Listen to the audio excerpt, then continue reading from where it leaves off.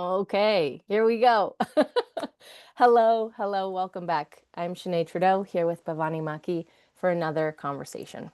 We are so grateful to you, our listeners, who tune in to each episode and share it with your friends.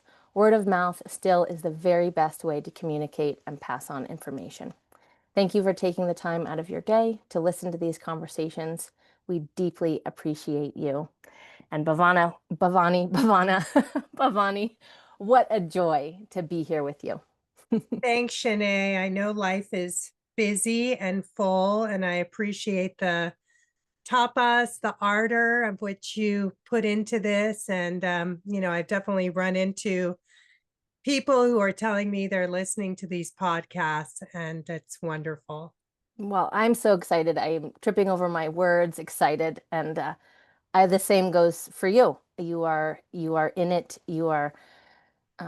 Yeah, your time is so precious. So thank you. Pleasure. Okay, we're gonna start where we left off last time. We promised our listeners that we'd talk about practice. That great, big, huge word of what is practice? How do you do it? Why do we do it? What is it? Yeah. Wow. Such a powerful question. And, I think there's stages in practice, definitely. And one of them is learning how to be a student, learning to take in information, learning to transmit it into your body, learning to develop that sensory awareness. The senses are the gateways.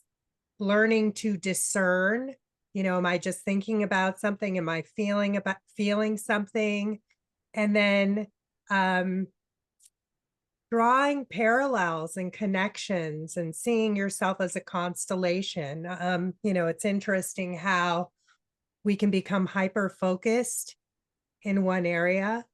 I'd had an old student come visit me who was going through something, and she was like, I just want the sutric perspective.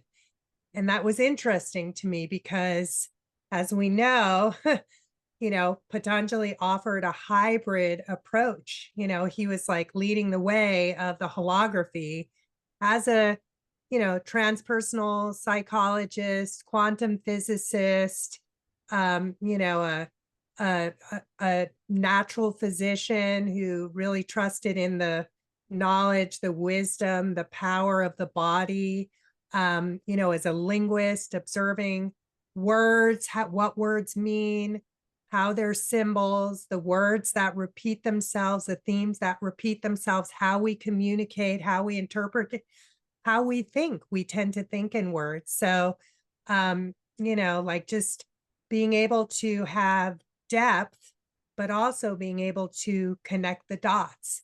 And then for those of you listeners who are like, oh, yeah, I'm getting my dose of, Bhavani every month, you are to a certain extent. But I do really want to say that this is more than just talk.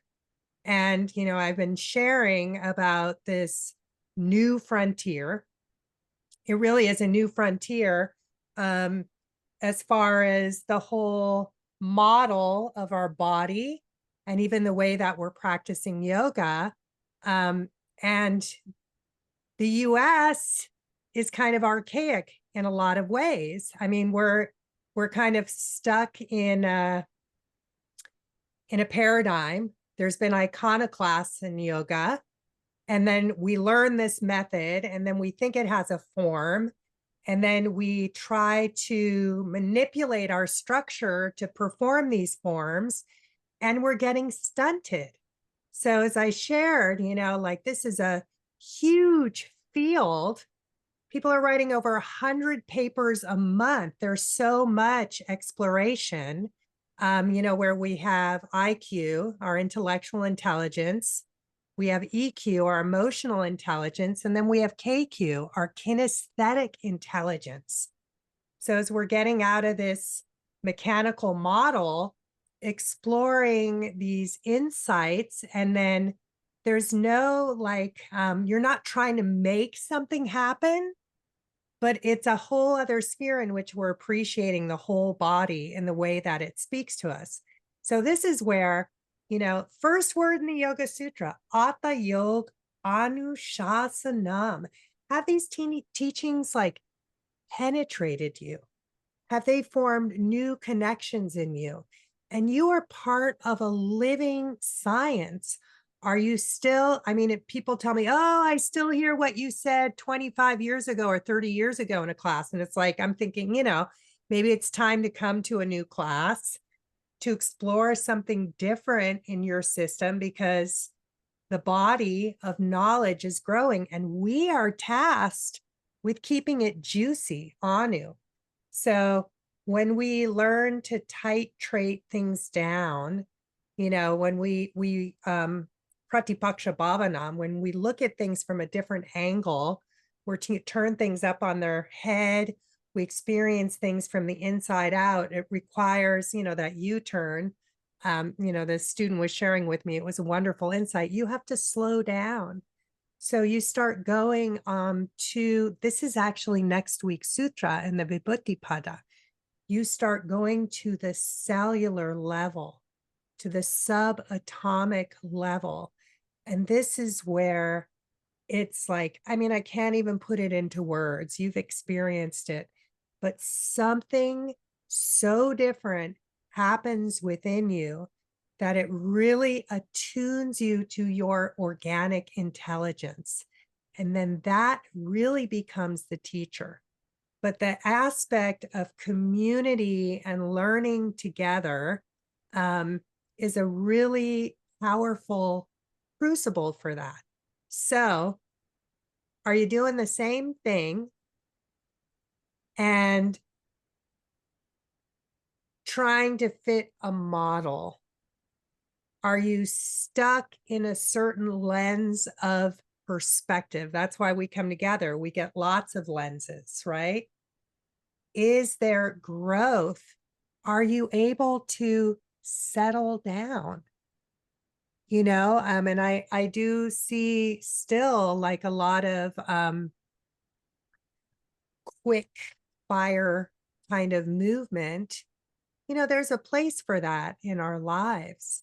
But it's really clear to me that, that the way that Patanjali describes an integrated practice is that it becomes one more of intuitive awareness,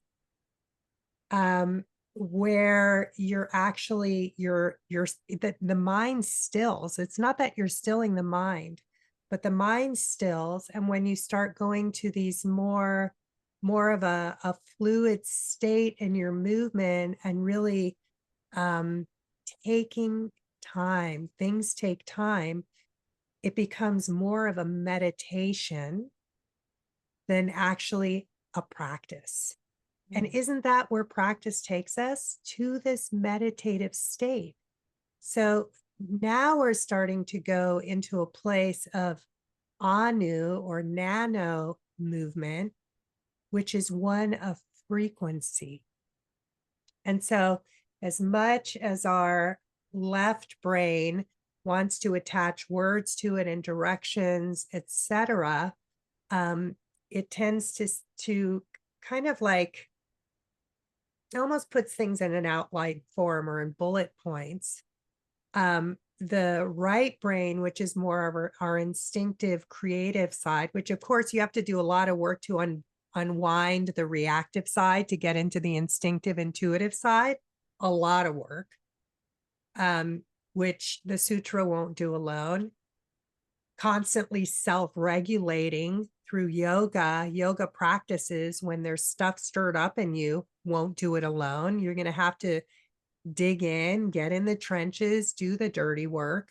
When we finally can get to that level of awareness, of being able to receive and interpret what's coming up for us, like on a somatic level, on an intuitive level, on psychic levels, this is where we're able to see the larger mandala and the poetry. We make poetry out of this. Our movement becomes poetry. It really transforms the way that we are. So it's quite interesting. That sense of like practicing like your hair is on fire. Oh, this is coming to me now. Um, Rather than it being um, like a lot of times we may confuse this hyper excited state as being that. It's more like feeling when these little hairs are standing up or little the sarcomeres are communicating, or what part of our nervous system, or what's happening cellularly, or micro movements within micro movements. And what I've been really noticing is the way that I learned yoga and taught yoga. We know it from Mr. Iyengar. If you understand the shoulder girdle and the the the hip socket, you understand all of yoga. And maybe that was his own dilution. I don't know, but there's so much more subtlety available to us in the kinesphere. Mm. So I'm really excited. This is an invitation for anybody who wants to really go into a deeper experience in which you um, are given tools to develop deeper awareness of yourself and learn greater functionality, KQ, kinesthetic intelligence. I'm going to be offering in November 4 Sundays, 4 sacred Sundays, in which we're really going to go into this stuff. And it's like, it's so big, it's so little, and it's so big, and it's so powerful. And that being said, what happens is when we're doing something kind of from a grosser understanding with yoga, those of you who've been practicing for a long time, it really starts to create some patterns. And I can tell you that, 30, 40 years later, it creates some problems. So this is a way of truly unwinding things and going back to a core essence where we're moving from awareness, we're moving from somatic intelligence. People's biggest challenge, it seems, is to be able to slow down and stop performing.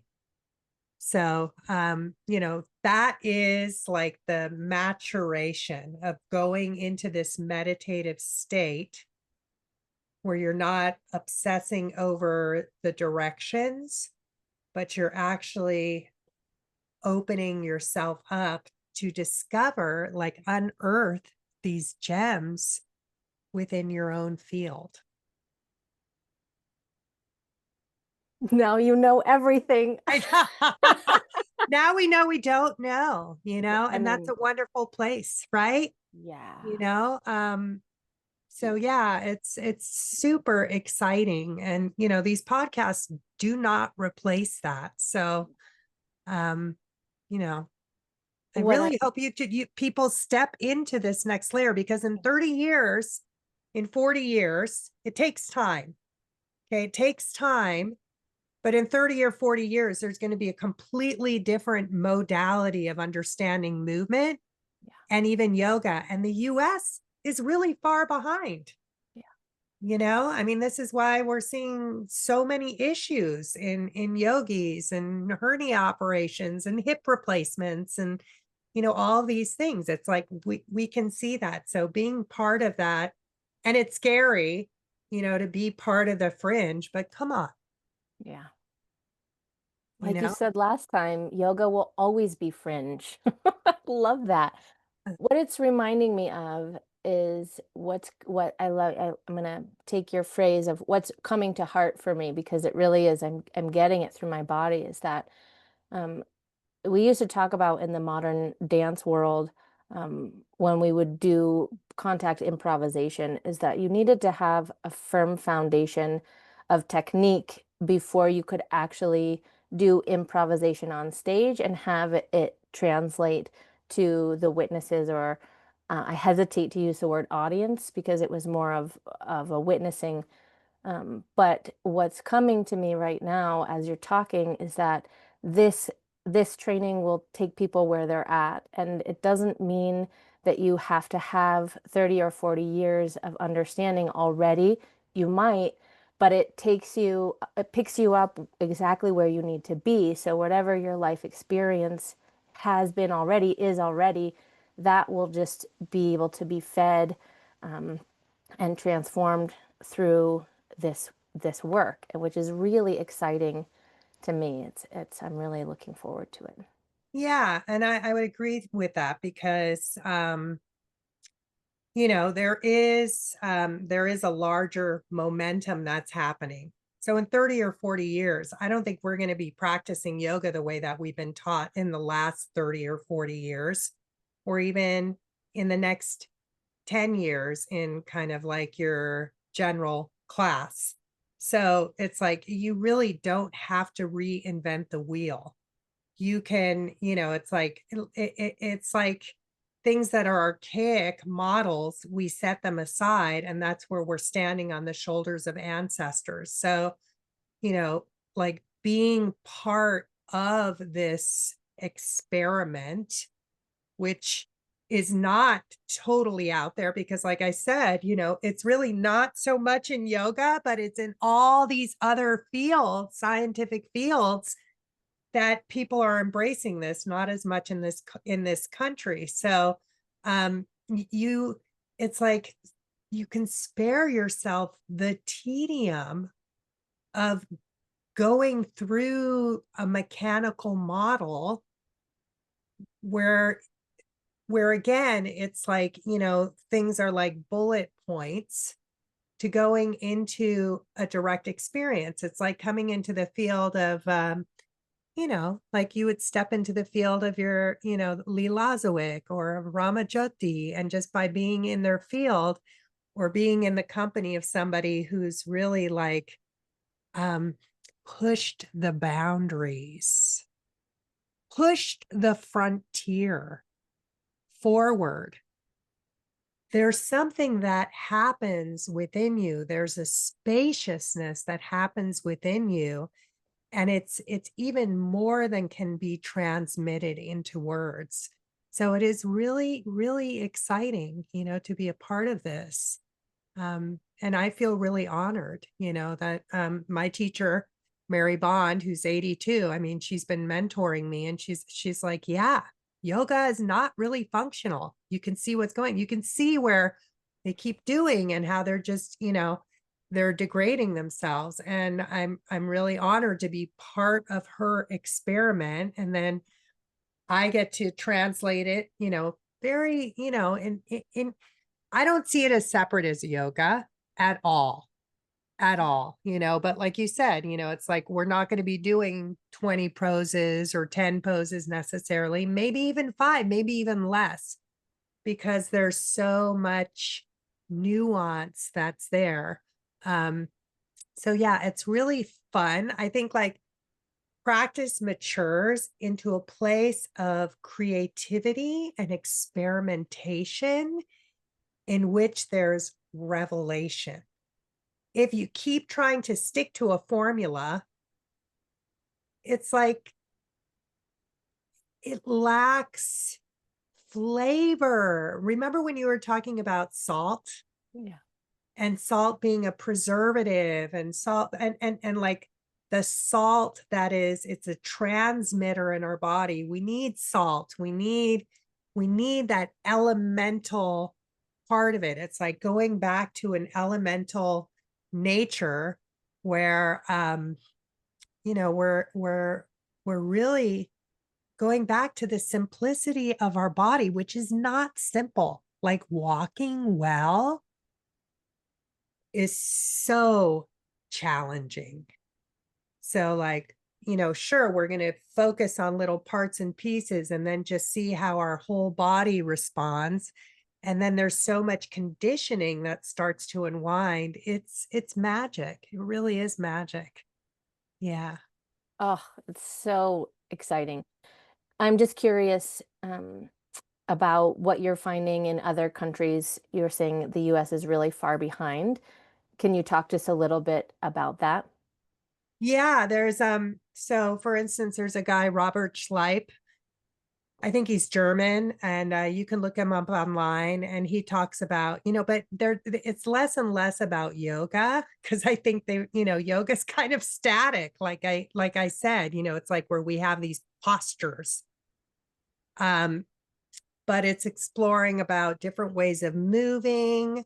So he's one. There's oh, why can't I think of his name? I'll have to look it up. But there was a French dance teacher who is also very interested in the fascial body and the kinesphere, Godard. Godard, and he wrote about it. And he spoke about, proprioception and interception. And so it's more like in dance and in science, and exploring it in those kinds of way. And it's a little harder to kind of break the membrane of things like Tai Chi or Pilates or yoga, because I think they have somehow almost become calcified, like in our ideas of like the real yoga or the classical yoga. You want to understand the real yoga, there it is, being part of this frontier, Yeah. going into a place of actually formlessness, um, in which you're exploring space and dilation, and where again, this requires us, there's so much unwinding to do, as we spoke about last time. The idea of the body beautiful, that's one of the hardest things that we push up against. People like their tight abs, people like their tight this, and then they work really hard to build themselves up in that way, but there isn't really transmission moving through their system. So it's really fun to look at even how our own evolution, has informed us, and to kind of go back to that core imprint, and then to bring it into the present, Yeah. you know? Yeah. Yeah. I'm I'm taking a class with Bonnie Bainbridge Cohen right now, and she is American. She's also in her 80s. She's 84, and it's just really inspiring to me because she studied dance. She's also studied yoga. She's studied embryology, and it just for me, it's like this homecoming, like the last workshop that I took with you at the beginning of this year, I was like, oh my God, it feels like coming back to my roots because it's not form based. It's sensation based. It's about breath, it's about body, and words don't even do it justice.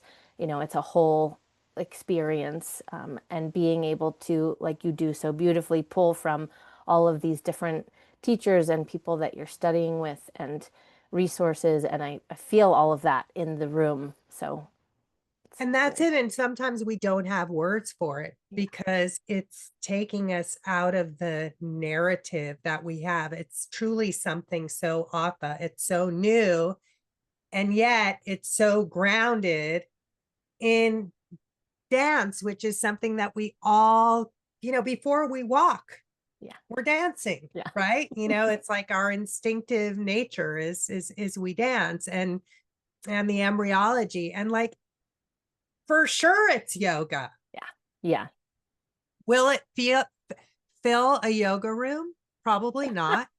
You No, know what I mean? yeah, yeah, Right? I do. Yeah, but like I know you're just like, oh my God, like Yeah, this is yoga, because yeah, this is connecting me to something that I disconnected from, like in this idea of, like, again, going back to that left brain, this is right, this is wrong, this is good, this is bad, this is fun, this is not fun. You have to get out of that kind of like pendulum perspective and really come to land. I mean, that's health, right? yeah. come to land in your own true essence. So, Yeah. yeah, there's people out there, but interestingly enough, I don't really see it much in yoga because yogis are kind of stodgy.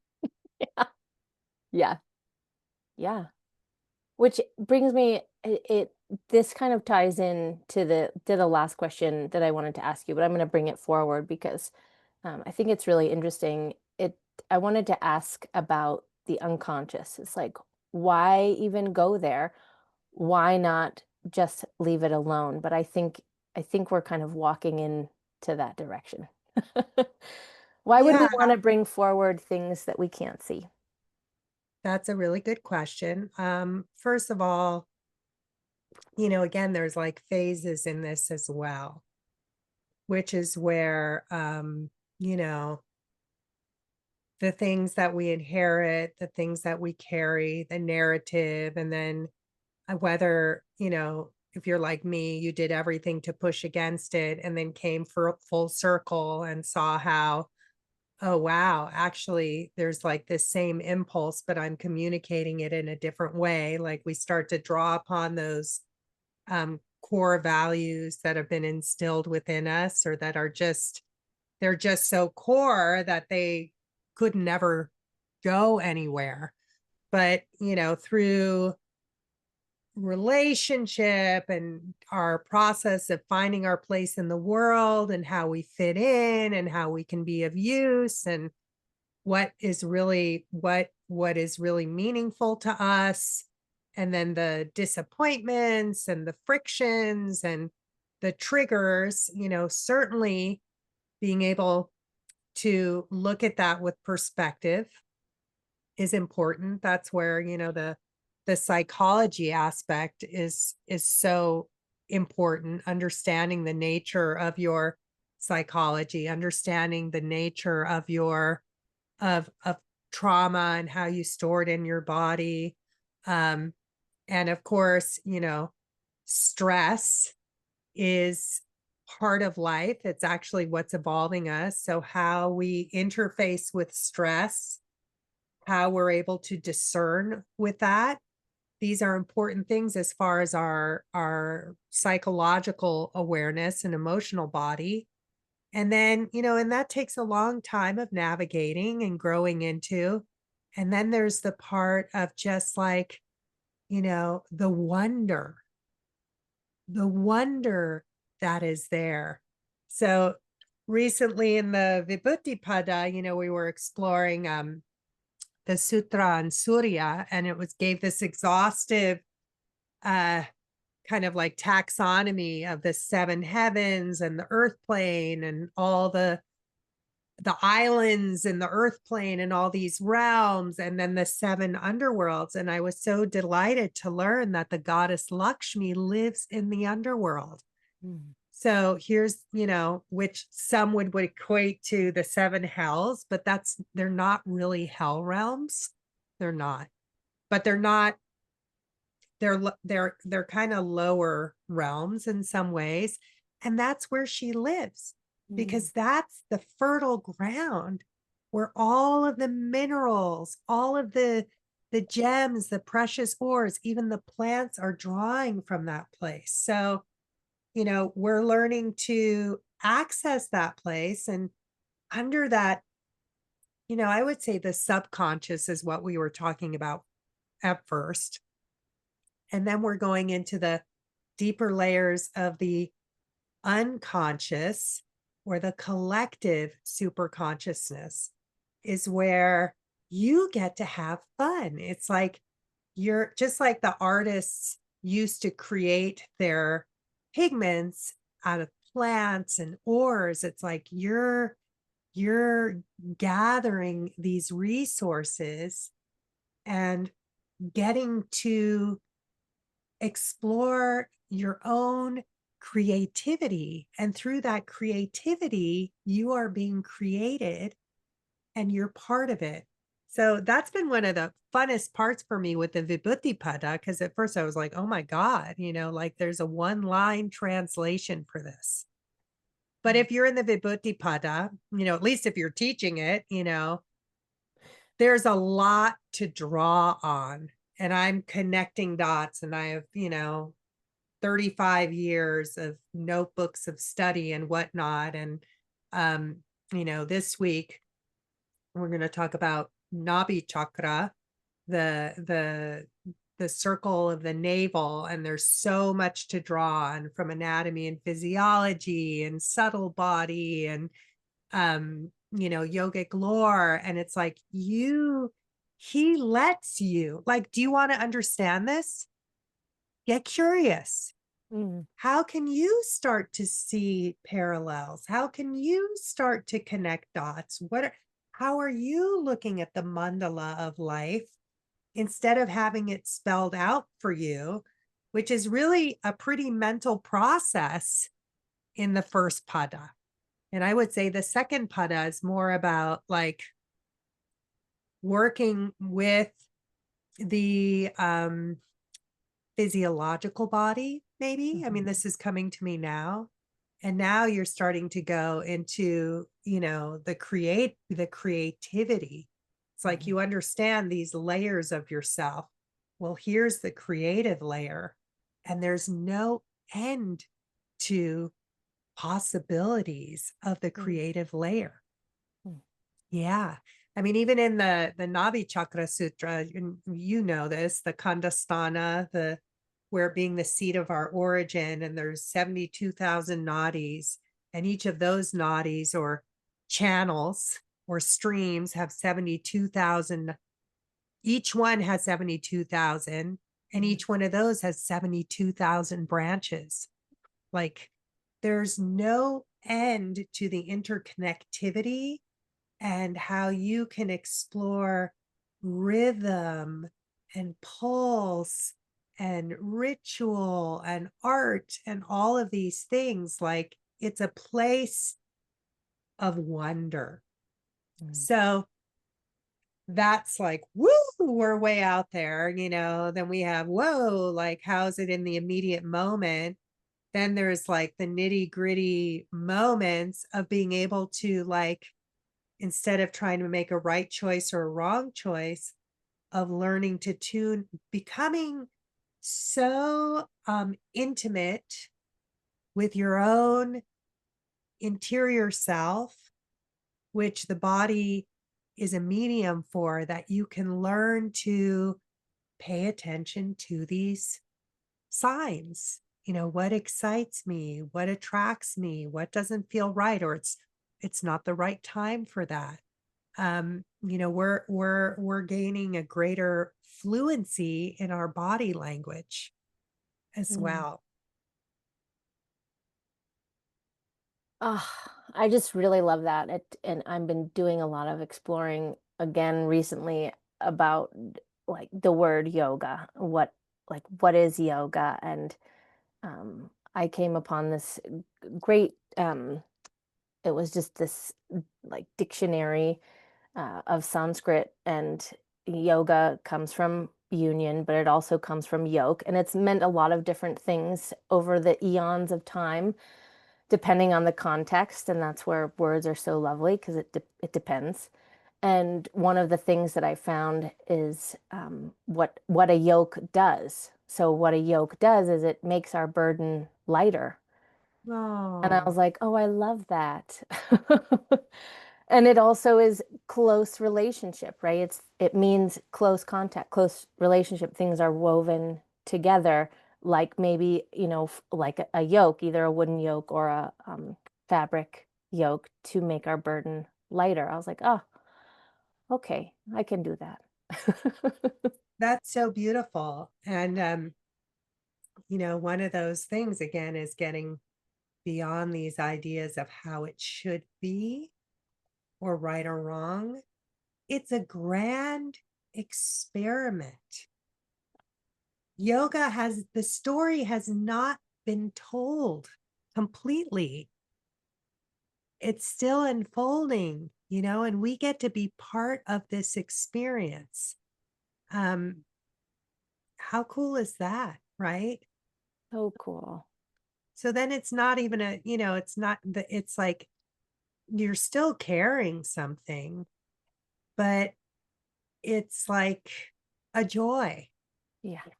to be part of that carrying forth, of birthing forth, of bringing forth, and eventually you're Mm. going to lay things down, yeah, and who's carrying who and what's carrying Mm. what, right? Oh, and Yeah. I know this is just like, a bad joke and a sad joke, but there's truth to it. It's about caring, Yeah. right? You Yeah. know, that's really, it's the intention Yeah. that's moving through us. So, um, and I think even Mr. Iyengar said that, at first it's just like hard work, and then eventually it becomes one of joy and discovery. Mm. Um, so yeah. Is there ever a time where going into the depths might not be useful? So I love this image of the underworld actually being fertile ground, and that's where the gems are.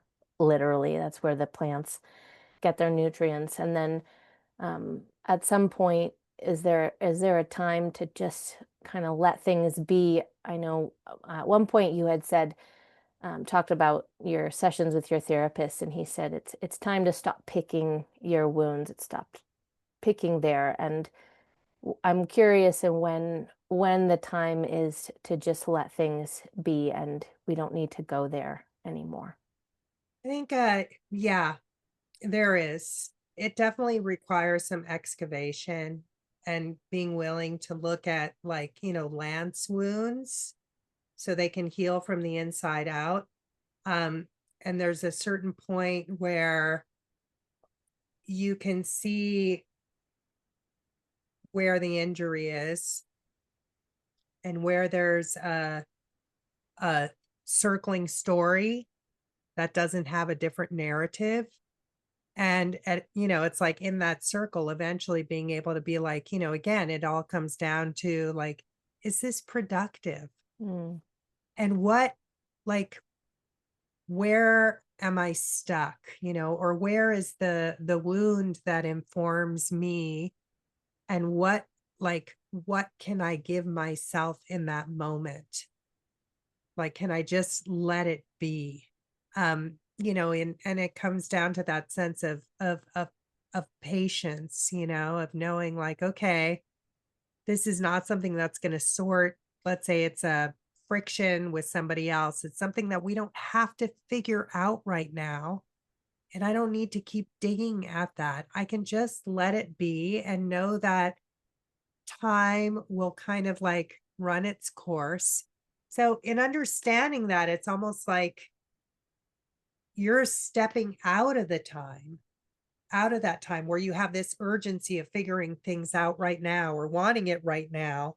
But it's like you're trusting in the greater continuity and that mystery, right? So I think we've talked about how patience is a sense of joy and wonder in watching how things unfold.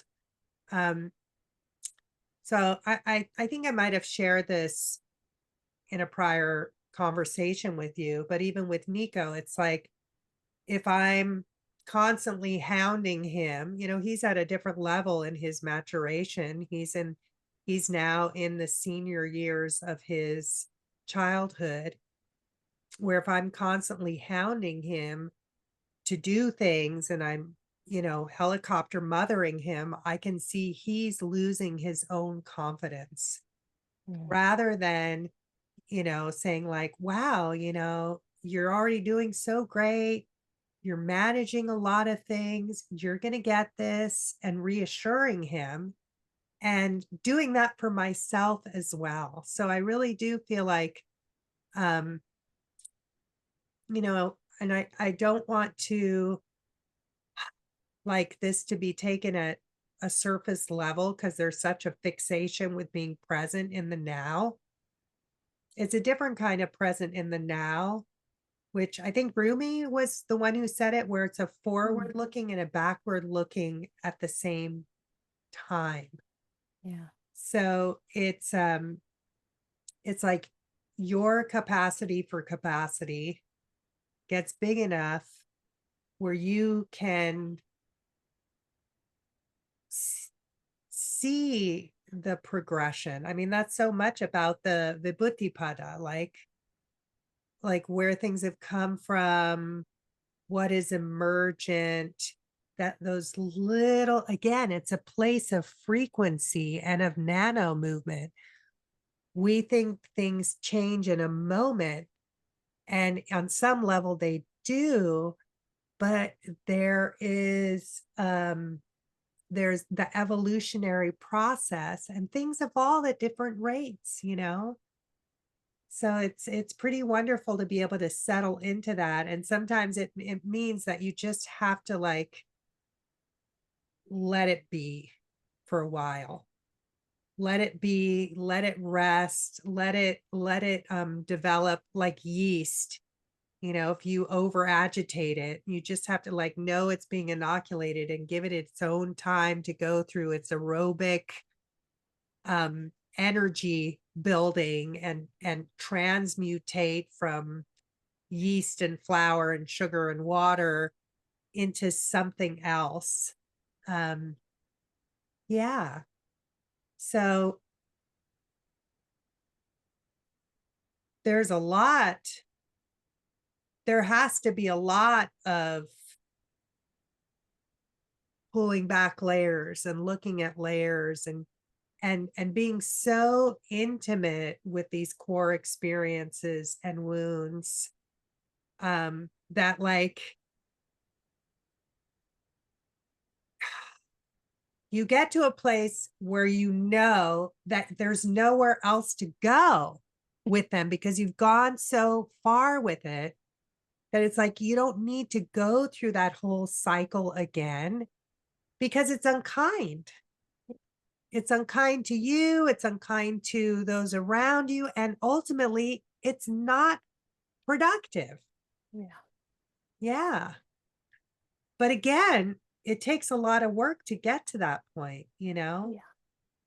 And that's really the gift of all of these modalities that we have. You know, I'm so glad that in my last therapeutic process, I took 4 years to do it. Like everything that I needed to turn over, I was able to turn over. And that doesn't mean that there hasn't been times where I've been like, hey, could I have a session or two? Right. Just because I wanted that perspective of somebody who had no skin in the game, who really understood me. And, you know, it's really amazing because when I work with my mentors who know me well and they understand the way, like my essence, um, you know, they've been able to be like, no, like your intuition is right. Mm. You don't need to second guess yourself. So it's like that's where we have, you know, it's like when you can turn to somebody who can affirm that for you and then also say, like, you don't need to go there. Mm. You don't need to do that. Just like, you know, be in your own space, inhabit your own space. You don't have to fix that. You don't have to push that. And it's such a magical thing because every time I've ever done that, it's actually kind of accelerated things, you know? So in interpersonal relationships, if I'm just like, okay, you Mm. know, that's as Sherry, who we had before, she had a great phrase, not my monkey, not my monkeys, not my circus. That's a very Yeah. powerful thing Yeah. to be able to do that. Yeah. But it takes time, doesn't it? Like that Yes. sort of Viveka Kyati, it requires honing. Yeah. Such a good reminder. One of the things Bonnie Bainbridge Cohen talked about in her class in terms of timing, she was saying that each embryo develops at its own time. And she says, when you look at a book, you know, you look at a textbook, or she said, in that text, that's just somebody's embryo at 28 days or 28 weeks, and each embryo develops at their own time, which is like, oh, right, we all have our own timing. She said sometimes, in the beginning, we'll have, 30 cells at, you know, 3 days, or, I don't know the exact combination, but it was such a beautiful reminder of timing, of like, even before we have a body, we have our own timing. Yeah. That's it. And you're living in the world of being completely on somebody else's time schedule who doesn't even really have a sense of time, You're like a not even 2-year old. Um, and it's such a powerful place to be. Yeah. Yeah. Do you want to do one more question? Sure. Okay. I want to ask you about dreams. And so this kind of ties into the underworld, because I think for me at least, I don't get a lot of dreams in my life that I remember. I know that I've dreamed at night. And so it's been very few dreams that I actually remember. And I know that they always have a message for me, something interesting. But I've always been curious about bad dreams, partly because I know that my son wakes up from dreams, and I wonder sometimes what he's dreaming about. He's not even he's not even two. He's not even 1.5. But sometimes he'll wake up and I know that he's been dreaming. And I'm wondering if you have any thoughts, anything come to heart, not necessarily what dreams are scientifically, but what, from a spiritual point of view, what are dreams?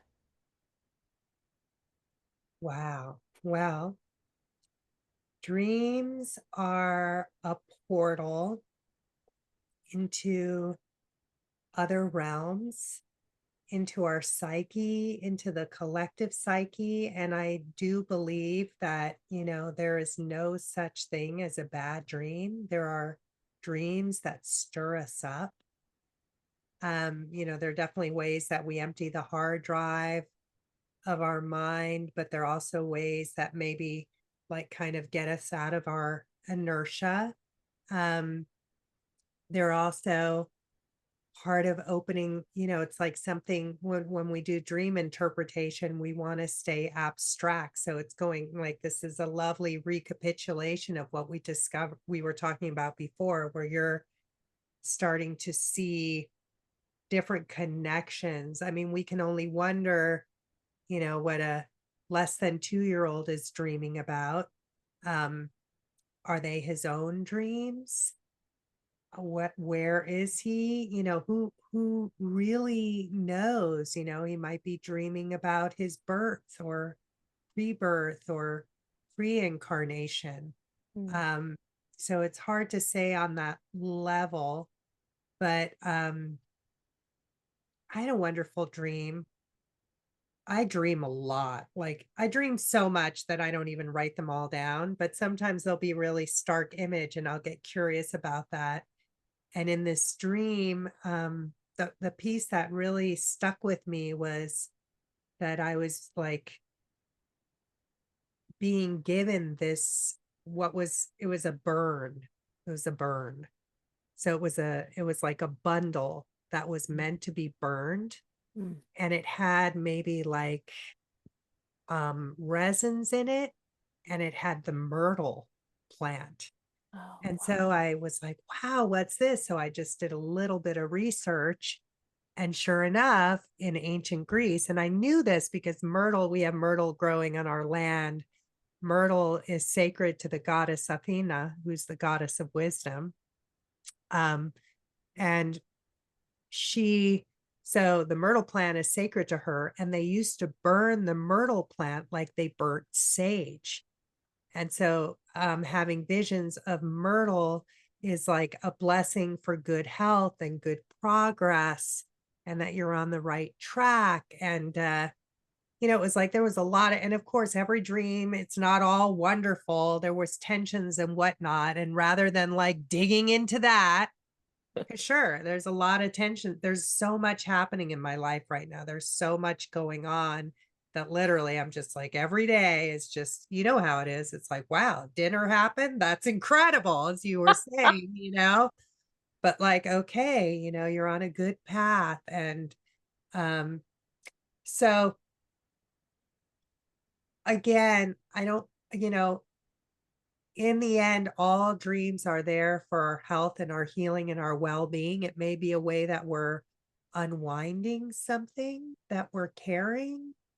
It may be that we're tuning into something else and kind of unwinding it from the collective psyche. Um, they're a glimpse into the mystery. Most importantly, they're not meant to be taken literally. And it's like, you know, if they interest you, again, this comes back to that sense of like not pathologizing our pain, right? Not pathologizing or this urgency of getting to this idea of this perfected form or manifestation.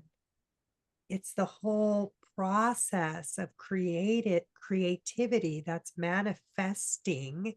It's being in that place and in that rhythm and that wave where if we can hold ourselves loosely and just get curious, we get to see through, we get to experience self and life through more lenses. Um, that's that place of wonder that yoga speaks about, that Patanjali speaks about. It's not a place of finality, but having enough freedom in yourself to be able to explore like all these aspects of yourself without getting stuck anywhere, right? You know? And I was hearing a quote the other day, I can't remember which president, which is like, there's nothing to fear but fear itself.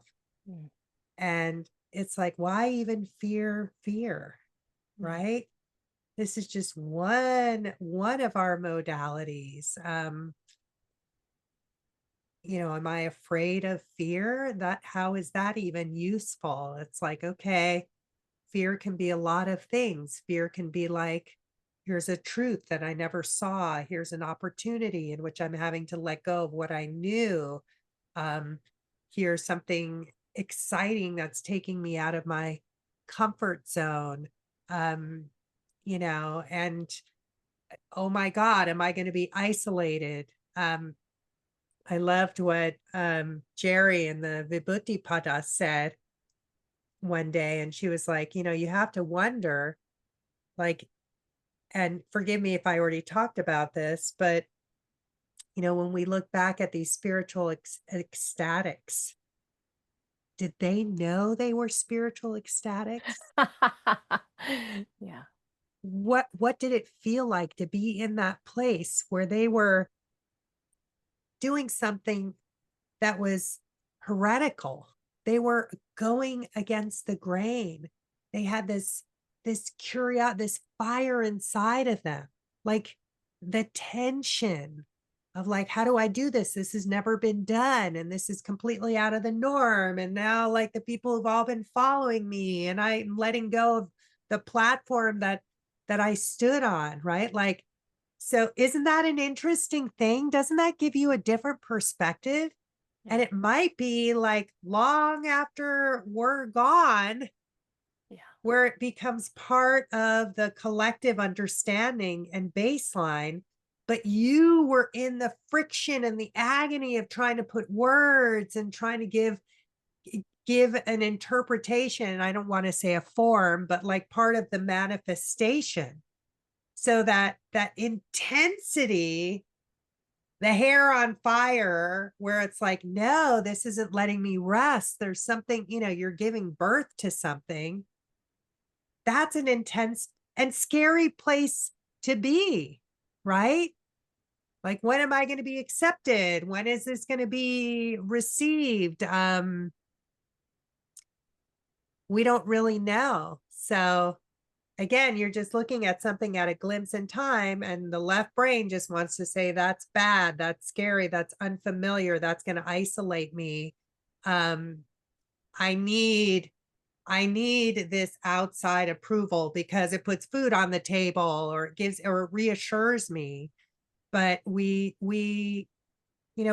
start to delight in Patanjali says that Shraddha, what creates anxiety for most, we lean into that as a place of curiosity, right? That's the tantric. That's the tantric. Like, holy moly, this is something completely out of the norm. It's abnormal. Maybe Yeah. it's supranormal and we don't know. We don't know, but I know you and we don't we don't want to live in that place of inertia. We weren't built that way, you know.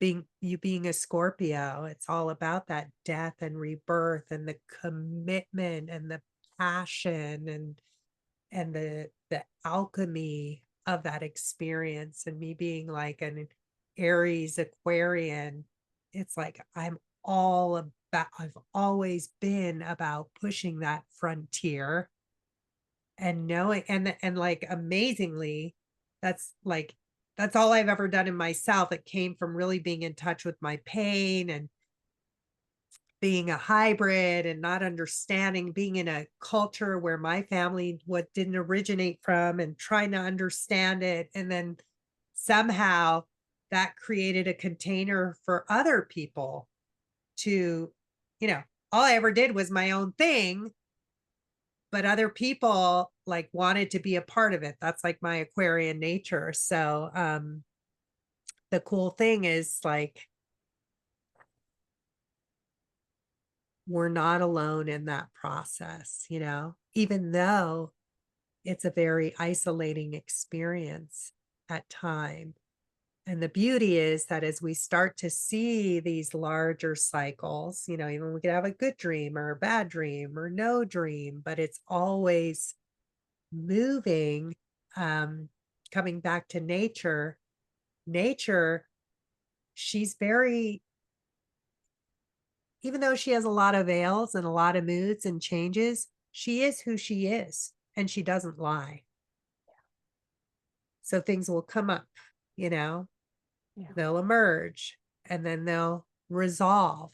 So we get to kind of like be in that awareness. And that's a magical place because it's a very narrow existence when you're living in what's good and what's bad and what's right and what's wrong. And I'll just like, you know, kind of capitulate with a quote that Dr. Rolf used to say when you were working with somebody, you know, and helping them to unwind their patterns and explore new ways of being. She would say, it's better, but it's still not good. So, and maybe that's a wonderful place to be Yeah. because that allows for adaptation and further evolution. If good is a destination, Yeah. you know, I mean, better is good, right? Yeah. But if we like capitulate it as being some kind of a arrival point, we really lose the adventure of the mystery. We need more place for the mystery, right? Mm. That's the Amen. Shraddha. Yeah. Yeah. Thank you so much. This was Oh, wonderful.